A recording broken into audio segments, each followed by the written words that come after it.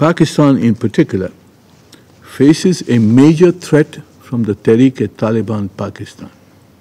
The TTP and its affiliates have been responsible for carrying out a series of organized cross-border terrorist attacks on our soil, causing considerable loss of our civilians and soldiers and causing considerable damage to our military and other installations.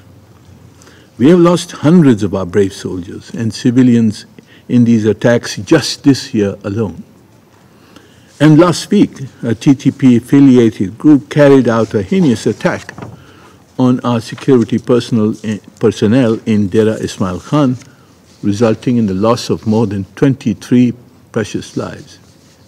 These attacks have become more lethal and sophisticated since the TTP terrorists have acquired and use advanced military equipment. These weapons obviously originate from the considerable stocks left behind by foreign forces. Yet the question is, how did the TTP, a listed terrorist organization, secure these weapons?